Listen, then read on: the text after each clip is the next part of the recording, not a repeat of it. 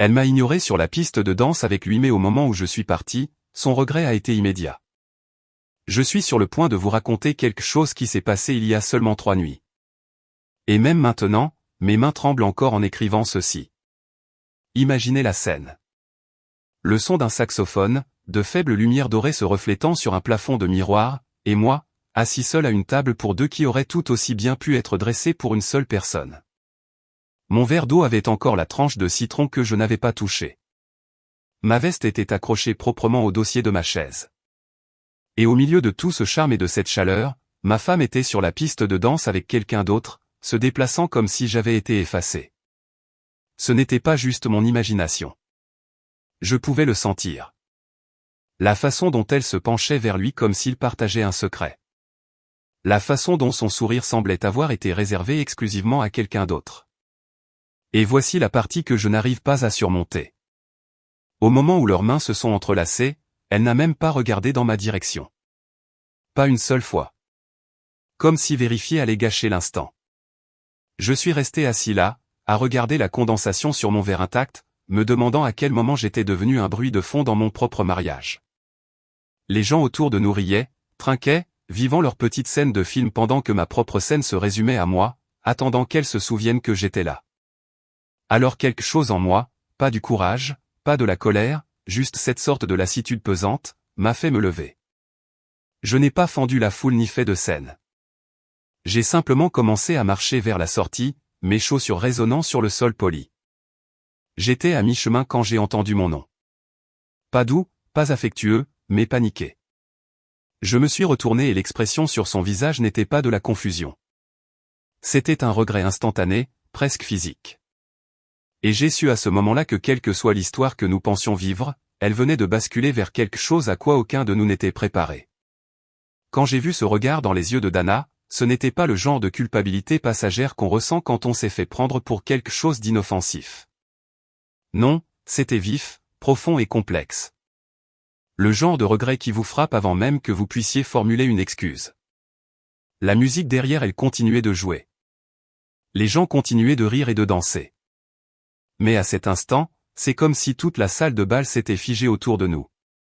Carter, l'homme avec qui elle avait dansé, avait encore sa main posée nonchalamment sur sa taille, mais son sourire s'était évanoui.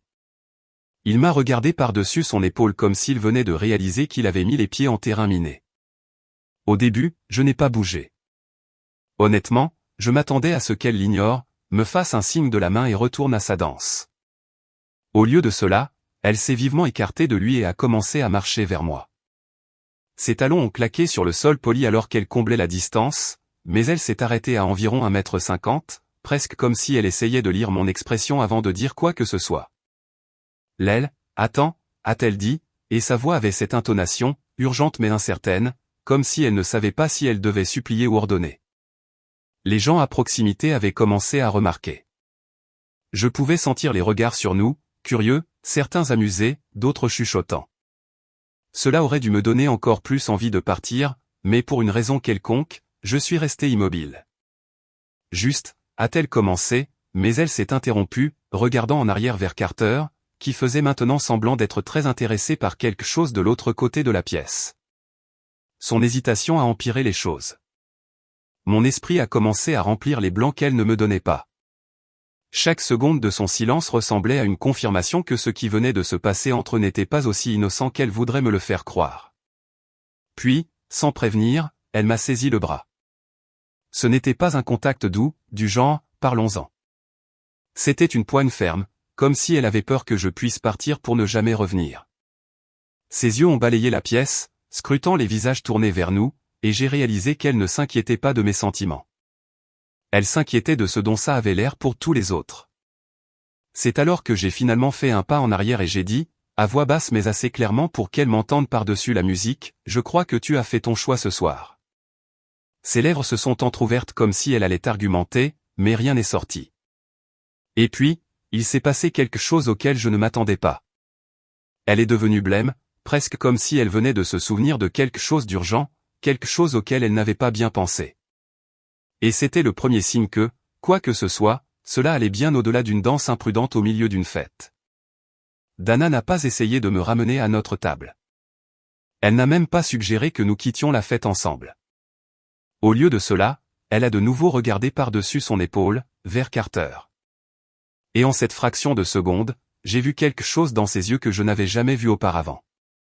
Pas de l'amour, pas du désir, mais la reconnaissance d'un secret partagé. Et cela m'a terrifié plus que si je les avais surpris en train de s'embrasser au milieu de la piste. Carter, réalisant que je l'observais, a fait le plus infime hochement de tête.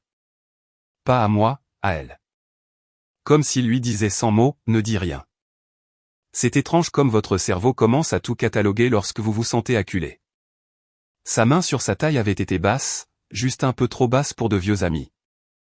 La façon dont elle s'était penchée vers lui n'était pas juste du confort, c'était de la familiarité. Et maintenant, leur langage corporel, sa posture raide, ses lèvres pincées, ses yeux rebondissant entre lui et moi le confirmaient. Ce n'était pas une danse impromptue. C'était la suite de quelque chose qui avait commencé bien avant ce soir. Je voulais exiger des réponses sur le champ, la forcer à s'expliquer devant tout le monde. Mais la dernière chose que je voulais, c'était de leur donner le spectacle qu'ils attendaient probablement. Alors, je me suis retourné pour partir à nouveau, mais avant que je puisse faire plus de 2 pas, elle a lâché, ce n'est pas ce que tu penses. Le grand classique, celui qui ne présage presque jamais rien de bon. Elle a enchaîné avec « On avait juste besoin de parler ». Vous aviez besoin de parler sur une piste de danse, en vous tenant comme ça? J'ai failli rire, mais c'est sorti comme une expiration amère. Un drôle d'endroit pour une conversation, ai-je marmonné. Elle a tressailli, et Carter a finalement fait un pas en avant, décidant clairement que rester silencieux ne le rendrait pas invisible. Lel, mec, je crois que tu te fais de fausses idées, a-t-il dit avec cette même voix douce qu'il avait probablement sorti du pétrin une centaine de fois auparavant. Dana et moi, on est amis depuis des années. C'est juste une danse. J'étais prêt à m'éloigner d'eux quand un détail m'a stoppé net. Carter ne portait pas les boutons de manchette standard que les serveurs avaient distribués comme souvenir de la fête. Il portait ceux en argent gravé que j'avais offerts à Dana pour notre 5e anniversaire.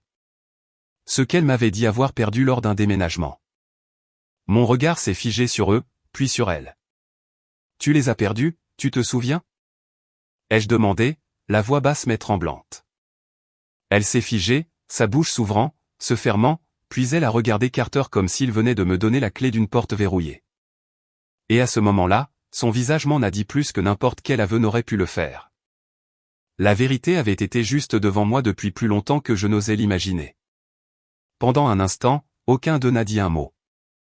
La main de Carter s'est crispée sur le côté comme s'il se demandait s'il devait la mettre dans sa poche ou continuer à arborer les boutons de manchette avec audace. Dana, de son côté, avait l'air comme si quelqu'un venait de lui retirer le tapis sous les pieds devant une salle pleine d'inconnus. L'air entre nous semblait épais, lourd, même par-dessus le son de l'orchestre. Le bavardage, les rires. Je pouvais entendre sa respiration saccadée. Mon esprit essayait de courir dans 2 directions à la fois. Une partie de moi voulait sortir et ne jamais regarder en arrière. L'autre partie avait besoin de savoir exactement à quel point c'était profond.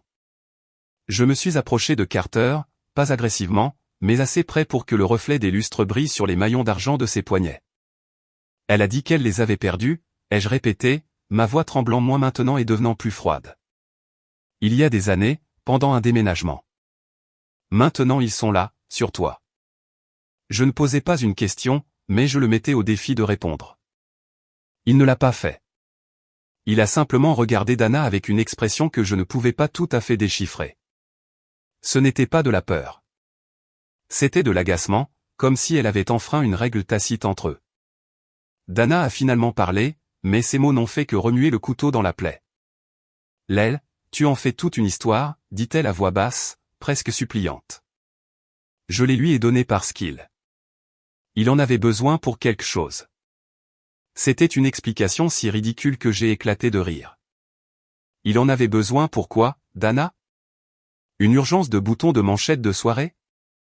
Je pouvais sentir plus de regards sur nous maintenant, des regards curieux de personnes prétendant siroter leur verre tout en écoutant aux portes. Elle a secoué la tête et a de nouveau tendu la main vers mon bras, mais je me suis écarté avant qu'elle ne puisse me toucher. C'est compliqué, a-t-elle dit, et c'est à ce moment-là que j'ai réalisé qu'elle n'allait jamais admettre la vérité ici. Carter ne voulait clairement pas faire partie de cette scène non plus. Il a marmonné quelque chose entre ses dents et s'est éloigné vers le bar, la laissant seule avec moi. Cela aurait dû être mon signal pour partir, mais au lieu de cela, je me suis penché assez près pour qu'elle seule puisse m'entendre. Si tu crois que danser avec lui devant moi sera le pire de cette soirée, tu te trompes lourdement, ai-je dit. Ses yeux se sont écarquillés, pour la première fois de la soirée, elle a vraiment semblé nerveuse. Lel, s'il te plaît, ne fais pas ça ici, a-t-elle murmuré. J'ai fait un pas en arrière, la laissant voir la décision qui se formait dans mon esprit. Et à ce moment-là, je n'étais même pas sûr de ce qui l'effrayait le plus, la possibilité que je fasse une scène ou le fait que je puisse partir en silence. Ce qu'elle ne savait pas, c'est que j'en avais déjà vu assez pour commencer à relier des points dont je n'avais même pas réalisé l'existence. Et une fois sorti de cette salle de bal, je comptais tirer sur chacun de ces fils jusqu'à ce que tout s'effondre. Je ne suis pas parti en trombe cette nuit-là. Je voulais le faire, mon Dieu, je le voulais, mais je savais que partir dans un accès d'humiliation leur donnerait à tous les deux une porte de sortie facile en m'accusant d'avoir fait une scène. Au lieu de cela, je suis resté encore 20 minutes, juste assez pour les voir faire semblant de ne pas se chercher du regard tout en se mêlant à différents groupes. C'était presque comique. Carter, debout près du bar, parlant à un homme en costume gris tandis que ses yeux ne cessaient de se tourner vers Dana, et Dana faisant exactement la même chose de l'autre côté de la pièce, riant avec une femme qu'elle n'écoutait clairement pas. C'était ma confirmation. Les gens n'agissent pas comme ça pour une danse amicale. Quand nous sommes finalement partis, le silence dans la voiture était étouffant. Elle regardait par la fenêtre passager, son reflet dans la vitre aussi tendu que je me sentais. Je n'ai pas parlé, en partie parce que je savais que si je commençais, je ne m'arrêterais pas. En rentrant à la maison, elle a marmonné quelque chose à propos d'un mal de tête et est allée directement dans la chambre, fermant la porte avant même que je puisse traverser le couloir. Je me suis retrouvé assis dans le salon, à revoir ces boutons de manchette dans mon esprit jusqu'à ce que je réalise quelque chose. J'avais le reçu original quelque part dans nos boîtes de rangement, gravé, personnalisé. Si c'était les mêmes, et je savais que c'était le cas, alors le fait que Carter les porte n'était pas un accident. Le lendemain matin, pendant qu'elle faisait des courses, je me suis mis à chercher. J'ai trouvé le reçu dans un vieux dossier poussiéreux avec la carte d'anniversaire assortie que je lui avais donnée cette année-là. Ses initiales figuraient sur le bon de commande. Il n'y avait aucun doute possible. Ces boutons de manchette étaient les siens, ou du moins l'avaient été. J'ai commencé à me demander quand elle avait eu l'occasion de les lui passer. Et puis j'ai réalisé. Cette conférence professionnelle d'il y a 2 ans. Elle était partie 4 jours, était rentrée de très bonne humeur et avait juré qu'elle avait perdu une valise pendant le voyage. Je me souviens m'être senti mal pour elle. Maintenant, je n'étais plus si sûr qu'il y ait jamais eu de valise perdue. Je n'allais pas la confronter sans plus de preuves, alors j'ai décidé de tirer sur le premier vrai fil. J'ai cherché le nom de Carter en ligne.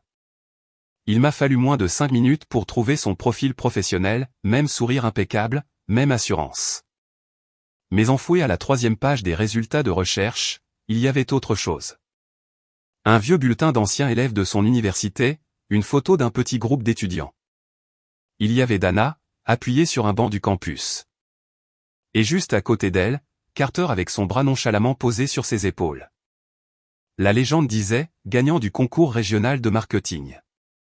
Ce qui m'a coupé le souffle, ce n'était pas le bras ni le sourire. C'était qu'elle portait exactement ces boutons de manchette comme boucle d'oreille. Même argent, même gravure, juste modifié. Je suis resté là à regarder la photo pendant un long moment, réalisant 2 choses à la fois. Elle avait menti sur le fait de les avoir perdus des années avant que je ne les lui offre. Et Carter avait été dans son orbite bien plus longtemps et bien plus près que je ne l'avais compris. Et maintenant, je devais décider si le prochain fil sur lequel je tirerais dénouerait la vérité ou m'entraînerait dans quelque chose que je n'étais pas prêt à affronter. La photo des anciens élèves ne quittait pas mon esprit. Je l'ai regardée jusqu'à ce que le sourire suffisant sur le visage de Carter soit gravé dans ma mémoire. L'idée que ces boutons de manchette avaient existé dans leur histoire privée bien avant qu'ils ne soient à moi pour les offrir me rongeait. J'avais joué le rôle du mari sans réaliser que j'avais peut-être été dans l'ombre tout ce temps. Mais rester assis dans mon salon à ressasser de vieilles photos n'allait me mener nulle part. S'il y avait plus, j'avais besoin de le voir de mes propres yeux, pas seulement de le reconstituer à partir de fragments. 2 nuits plus tard, Dana a dit qu'elle allait retrouver une amie après le travail. Elle a mentionné un nom que je n'avais jamais entendu avant, un nom de femme, commodément, et a agi comme si elle était pressée. J'ai hoché la tête, faisant semblant de la croire. Mais 30 minutes après son départ, j'étais dans ma voiture, gardant assez de distance pour m'assurer qu'elle ne me verrait pas dans son rétroviseur. Mon cœur battait la chamade de cette manière pathétique et pleine de dégoût de soi qu'il a quand on sait qu'on est passé du soupçon à l'espionnage pur et simple. Mais à ce stade, j'avais besoin de savoir de quel côté de la ligne se situait vraiment mon mariage. Elle n'a pas conduit vers un quartier que je reconnaissais. Au lieu de cela, elle s'est arrêtée sur une avenue animée pleine de restaurants et de bars, le genre d'endroit où personne ne remarque vraiment qui entre ou sort. Je me suis garé de l'autre côté de la rue, restant bas dans mon siège alors qu'elle marchait rapidement vers une entrée latérale d'un bar faiblement éclairé. Je m'attendais à ce qu'elle disparaisse à l'intérieur seule, peut-être pour retrouver cette mystérieuse amie à une table. Mais alors, comme si l'air lui-même avait changé, Carter a émergé de l'ombre près de l'entrée. Il ne portait pas de costume cette fois, juste une veste sombre et ce même air de propriété sans effort de tout espace où il entrait. Elle n'a même pas hésité.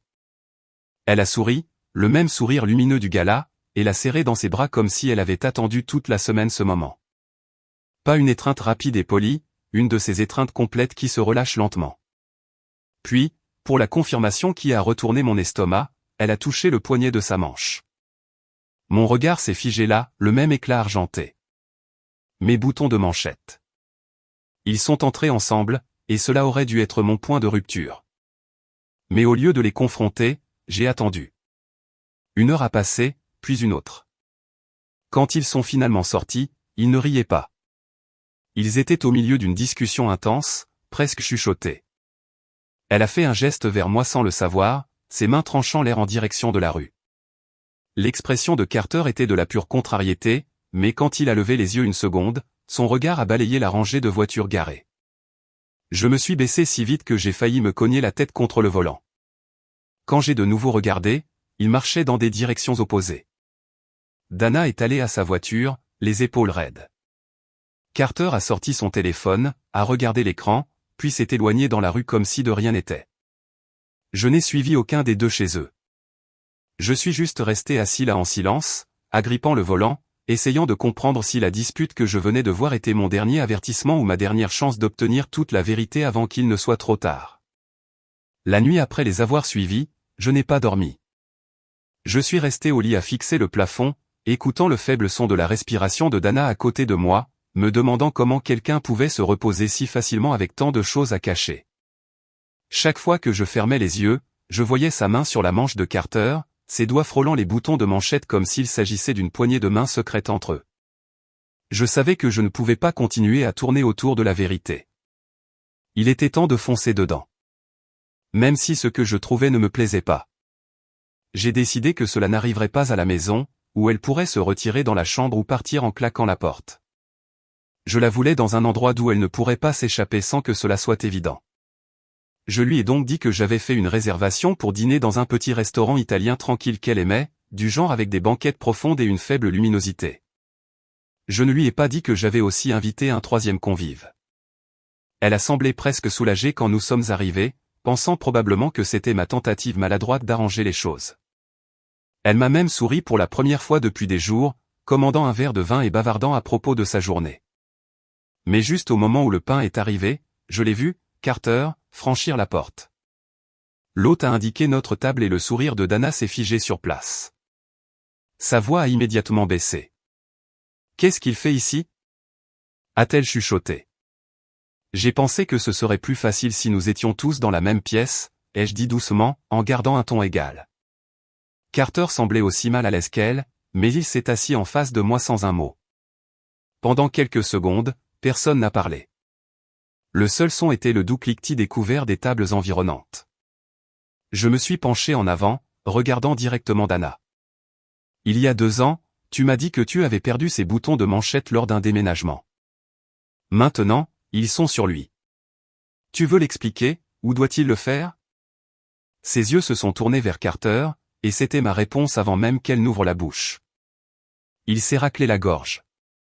Ce n'est pas ce que tu penses. Alors qu'est-ce que c'est ? Ai-je demandé, ma voix basse mais ferme. Dana a finalement parlé, mais son explication n'était pas ce à quoi je m'attendais. Ils n'ont pas été perdus. Je les lui ai donnés avant qu'on se marie, a-t-elle dit, ces mots précipités, presque répétés. Je les ai empruntés quand tu me les as offerts. Je ne pensais pas que tu le remarquerais. Ça n'avait aucun sens. Tu les as empruntés? Ai-je répété. Carter est intervenu. À l'origine, ils étaient à moi. Un cadeau d'elle à l'université. Tu as dû les faire refaire ou quelque chose comme ça quand tu les lui as donnés. Je les ai regardés. Les pièces du puzzle s'assemblaient de la pire des manières. Les boutons de manchette n'étaient pas seulement des bijoux. C'était une relique de quelque chose qu'ils avaient partagé bien avant que je ne la connaisse. Et elle m'avait laissé les lui offrir à nouveau, en souriant comme si c'était la première fois.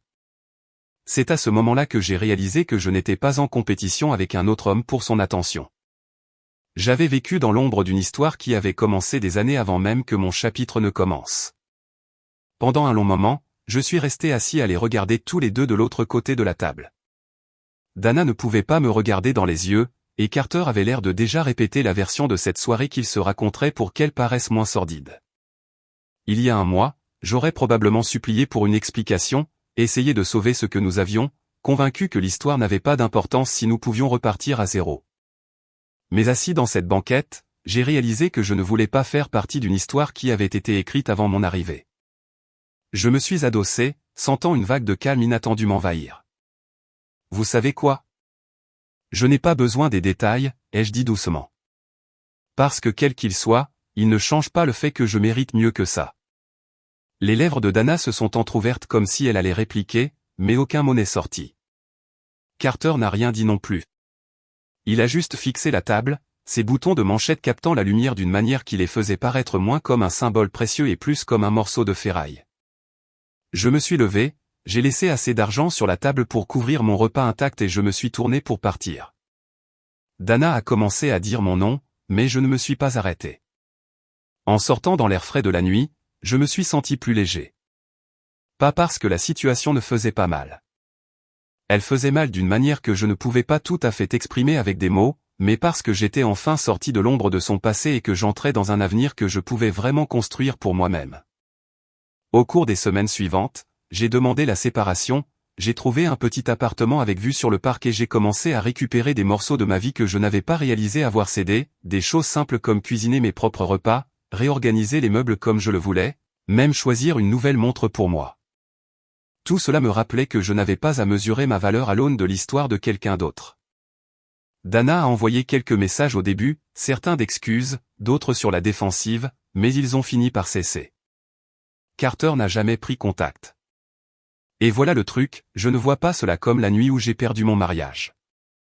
Je le vois comme la nuit où j'ai cessé d'être un personnage secondaire dans l'histoire de quelqu'un d'autre. J'ai toujours ma dignité, ma liberté et un étrange sentiment de soulagement que je ne pensais pas ressentir si tôt. Alors, voilà ma confession. Je suis curieux, si vous étiez à ma place, quel moment aurait été le point de rupture pour vous? Faites-le moi savoir dans les commentaires car j'adorerais avoir votre avis. Et n'oubliez pas, vous regardez Reddit Confession, là où les histoires vraies rencontrent de vraies leçons.